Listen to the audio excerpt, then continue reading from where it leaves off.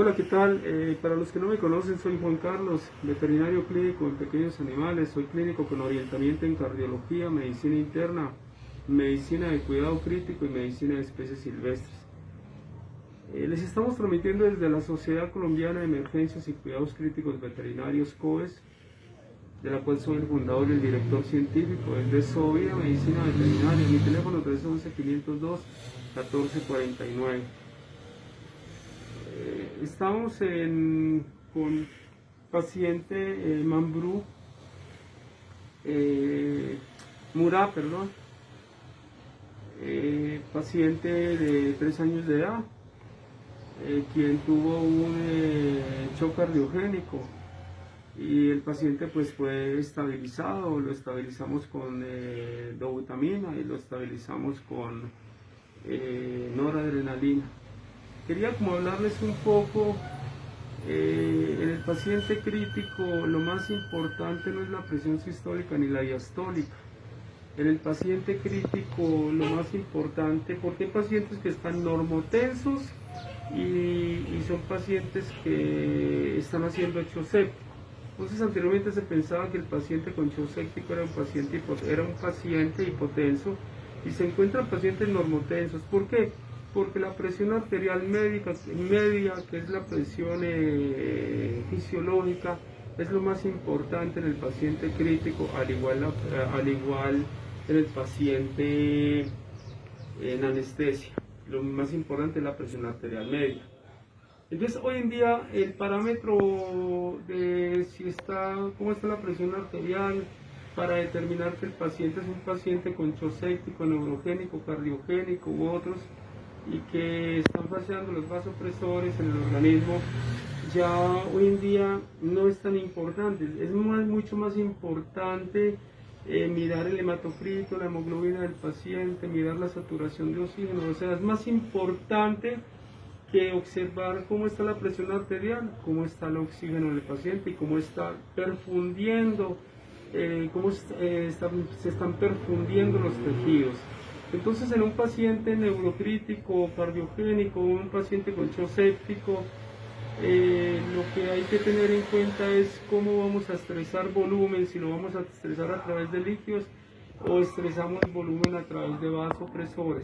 ¿Por qué la unidad de cuidado crítico? La unidad de cuidado crítico me parece muy importante porque nosotros, los médicos veterinarios, pues debemos de acercarnos más al paciente crítico, a ese paciente que las opciones de vida son muy bajas, y pueden entre cada 10 pacientes críticos salir uno adelante, pero entonces es la opción cuando nosotros en la unidad de cuidado crítico tenemos, digamos, una bomba de perfusión, una bomba de infusión, ¿sí? Al fondo pueden ver a Nacho, paciente, un homenaje a Nacho, inclusive este video, paciente y ahí va a quedar la foto. Desde ayer la coloqué. Vino el papá de Nacho, don Ricardo, a agradecerme, a traerme inclusive algunos medicamentos que le quedaron a Nacho por si lo necesita algún otro paciente. Y paciente que lo logramos llevar a 15 años inclusive, pero luego, después de todo, después de haber seguido acá estabilizado, pues días después el paciente hizo un paro cardiorrespiratorio y ya no se alcanzó a hacer nada. Ustedes saben que las urgencias no se derivan, sino que se ejercen en el acto. Entonces, un paciente, digamos, que esté muy crítico y que esté, digamos, con una arritmia cardíaca, sabemos que algunos inotrópicos como la dopamina y la dobutamina son vasopresores y nos ayudan a elevar la presión arterial y a mejorar el gasto cardíaco, digamos, del paciente. Entonces, lo que se hace en un paciente generalmente, el paciente crítico, es mirar, digamos, hay que tener en cuenta dos cosas, que es la concentración a la cual nosotros vamos a infundir, digamos, un determinado tipo de medicamentos, ¿sí? Nitroglicerina, dopamina, dobutaminas, que son inotrópicos, digamos, nitroglicerina, que es otro tipo de fármaco en paciente crítico, noradrenalina, adrenalina, norepinefrina, fentanilo, remifentanilo, por ejemplo, si yo voy a controlar dolor con buprenorfina, por ejemplo, si yo voy a sedar el paciente con midazolam, si lo voy a sedar con desmetromidina, por ejemplo, si voy a colocar ketamina al paciente, si el paciente crítico es un paciente que me está haciendo una hipertensión, por ejemplo, y la presión intracraneal está por encima de 20 y yo necesito bajar esa presión intracraneal, entonces lo que yo hago con este paciente es hacer una infusión, infundir propofol en el paciente. Entonces, ¿qué es lo que necesita el paciente crítico y cuál es la diferencia que nosotros los médicos veterinarios debemos de comenzar a mostrar frente a esas desastrosas campañas de esterilización en donde se incurre maltrato animal y apoyados por animalistas? Y a través de esto han llegado al Consejo, al Senado y a toda parte, y lo único que hacen es usufructuar, son políticos disfrazados de animalistas, no dejan de ser esto. Entonces, no, la medicina veterinaria está a otro nivel. Esas campañas de esterilización y esas campañas y jornadas veterinarias que se hacen un fin de semana en un parque, al lado de una acción comunal, al lado de una iglesia, de una prefectura, de un cementerio, las hemos visto, todo apoyado políticamente. Ustedes pueden decirles a la policía, llamarlos y decirle, mire, esta jornada no es válida porque está violando la ley 576 del 2000, en la cual dice que cualquier procedimiento y evento médico quirúrgico y jornadas deben de llevar historial clínico del paciente y deben de tener los recursos por si una droga que le están aplicando a un paciente, sea una vacuna, hace que el paciente tenga un edema angioneurótico o algún shock o un shock anafiláctico, y en estos sitios pues no tienen nada y la gente expone las mascotas con el pretexto de ser barato, y esto deben de tumbarlo y hay que denunciarlo para que no sigan con estas jornadas, que este es el peor ejemplo de lo que es un médico veterinario, el peor ejemplo de lo que es la medicina veterinaria, la medicina de los albeitas. Entonces, en un paciente crítico nosotros lo que hacemos es, vamos a infundir en un paciente crítico cualquiera de estos medicamentos. Entonces tenemos en cuenta, digamos, por decir un ejemplo, tenemos en cuenta, para mirar la concentración, entonces tenemos en cuenta que en una bomba de perfusión, no de infusión, perfusión e infusión, que maneja jeringas desde 5 ml hasta 10, 20, 30, 50 y 60 ml, tenemos que tener en cuenta que una bomba de perfusión es para perfundir medicamentos a microdosis, para no ir a alterar la normovolemia del paciente. Entonces, digamos, de adrenalina, por decir algo, hagamos un ejemplo, digamos tenemos a Murat con 4.5 kilos, por decir algo, el paciente, digamos que está paciente crítico. Entonces, digamos, tomaríamos el ejemplo. Entonces, vamos a colocar una ampolla de noradrenalina de 4 miligramos en 50 ml según la jeringa. Si es paciente neurocrítico, necesitamos colocar solución salina al 0.9. Si no es paciente neurocrítico, sino con shock séptico, shock cardiogénico, entonces lo que nosotros hacemos es infundir una solución de dextrosa al 5. Porque el paciente crítico, el neurocrítico, que está manejando inclusive unas PIOS, unas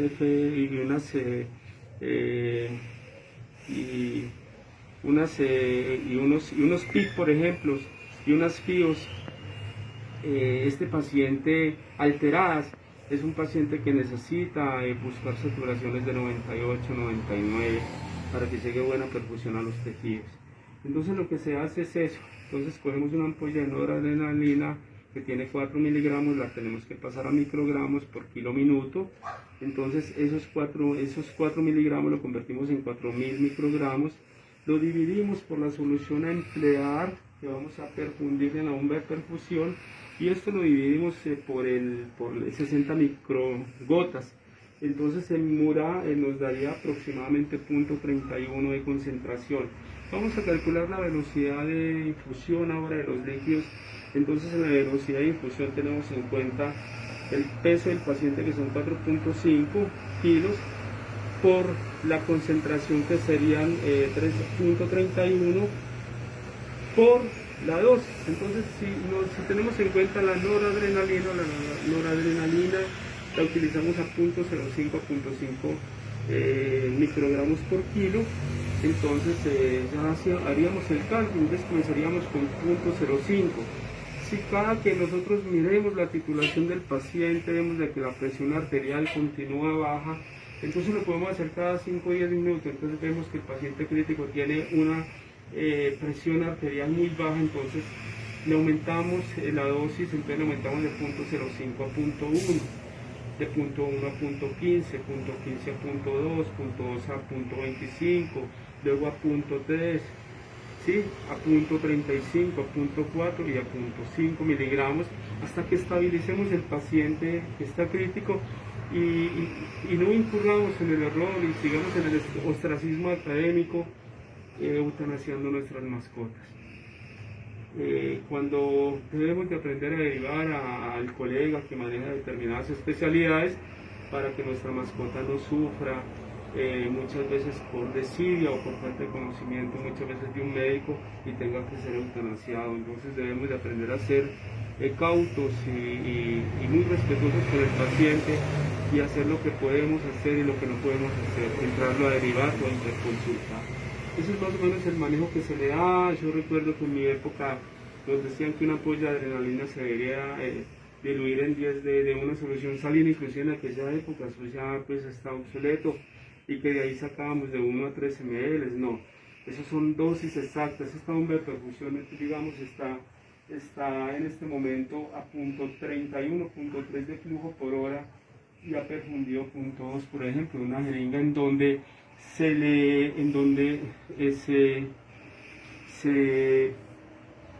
se cuadró la presión acá, la presión, digamos, del émbolo, depende del tipo de jeringa. Paciente, digamos, que estuvo con dobutamina porque era un paciente que estaba cardiogénico, haciendo mucho cardiogénico, estaba realizando una arritmia, y la dobutamina pues es un necrótico y sabemos que es arritmogénico. Muchos de estos pacientes, entonces hay que tener en cuenta que hay muchas cosas para hacer en el paciente crítico. Doctor, pero ¿por qué usted me puso a hacer todos esos gastos y se iba a morir? Es la opción es intentar salvar el paciente, no tirar la toalla como dicen acá en Colombia, y entonces ir eutanasiando a un paciente que de pronto se puede recuperar. El objetivo de la medicina no es evitar la muerte no la va a evitar nunca la medicina ni los médicos, pero el objetivo de la medicina es prolongar la vida en aquel paciente en la cual se puede prolongar. Sabemos que la respuesta la da el paciente, es eso. Entonces, no siendo más, sobre esto podríamos hablar muchas cosas. Vamos a estar haciendo unos videos, y apóyennos, entren a charlas con el doctor Chica en YouTube para que vean cerca de 400 videos médicos que les van a servir mucho. Ayer hice uno sobre inclusión de aminas vasoactivas, un taller de todas maneras esto también es sobre aminas vasoactivas, y pues para mirar que la medicina veterinaria hoy en día está a otro nivel y que podemos hacer muchas cosas por el paciente. Recuerden que les habló Juan Carlos, soy clínico con orientamiento en cardiología, medicina interna, medicina en cuidado crítico y medicina de especies silvestres. Tuve la oportunidad de hacer seminarios con gorilas de montaña, neonatología en felinos, geriatría en felinos, en chimpancés, en simios. Tuve la oportunidad de hacer seminarios inclusive con la doctora Collins en los ojos del agua y todo eso, megavertebrados. Para todos ustedes, que tengan un feliz día. Mi teléfono 311-502-1449. Agradecimiento a mi sobrina Estefanía o Stephanie, que nos está colaborando, Stephanie Mirza Chic, que nos está colaborando, y entonces y bueno, no siendo más, agradeciéndoles de Albeitar a Albeitar hasta que nos vamos a encontrar. Muchos de ustedes dirán, ¿por qué dice Albeitar? Los albeitaris eran los curanderos de la época que allá en la península ibérica hacían curandería. De hecho, las facultades de medicina antes de Claude Bourgelat en 1861, que fundó la primera facultad de medicina veterinaria en Lyon, se estudiaban 4 años no más y salían como albeitaris, no como médicos veterinarios, y hoy en día es como médicos veterinarios. Eran como los antecesores de nosotros, en honor a ellos, en honor a Hipócrito, en honor a Demócrito, a Simón de Atenas, a Palacacias, a Galeno, a Esculapio, a Asclepio, a Igea, la primera mujer médico veterinaria, a Galeno, a todos ellos, los que se me han olvidado, a Hipócrates, a Platón, Joseph Lister, a muchos de ellos. Para todos ustedes estamos con una medicina veterinaria de avanzada, diferente y que se merecen ya nuestros animales. Bueno, que estén bien, que Dios los bendiga y que Dios me bendiga. Recuerden, somos médicos veterinarios, nos preparamos para salvar vidas camino a la excelencia. Hasta luego, que Dios los bendiga y que Dios me bendiga. Hasta luego, chao, gracias. Los invito para el charlas con el Dr. Chica, activen la campanita, suscríbanse, dan me gusta, compartir. Y bueno, no siendo más, vamos a comenzar a hacer streamer también, en directo para todos ustedes. Entonces, estén con nosotros todos los días en videos médicos veterinarios para mostrarle a la gente y al mundo que la medicina veterinaria está muy distante de lo que era la medicina veterinaria ahora años, y que muchos colegas aún siguen en ese ostracismo. Sin embargo, tengo para decir un saludo muy respetuoso a los profesores de mi época, al doctor Jessy, al doctor Jessy Londoño, Jorge Alfredo Cuartas, el doctor Álvaro Cardona Montes, al doctor José Fernando Salazar, el doctor Eudoro Orozco, y a muchos de la época que fallecieron y a quienes recuerdo. Si tuviese que estudiar medicina veterinaria, serían las bancas de mi antigua facultad en donde me volvería a sentar. Recuerden, bueno, muchas gracias. Hasta luego. Y cuando entré a estudiar medicina veterinaria pensé que iba a ser como American Pie. Cuando salí pensé que iba a ser como Grey's Anatomy. Y hoy, después de cerca de 3 lustros, ni siquiera soy como el Dr. House. Hasta luego. Te saludo, Dr. Chica. Chao.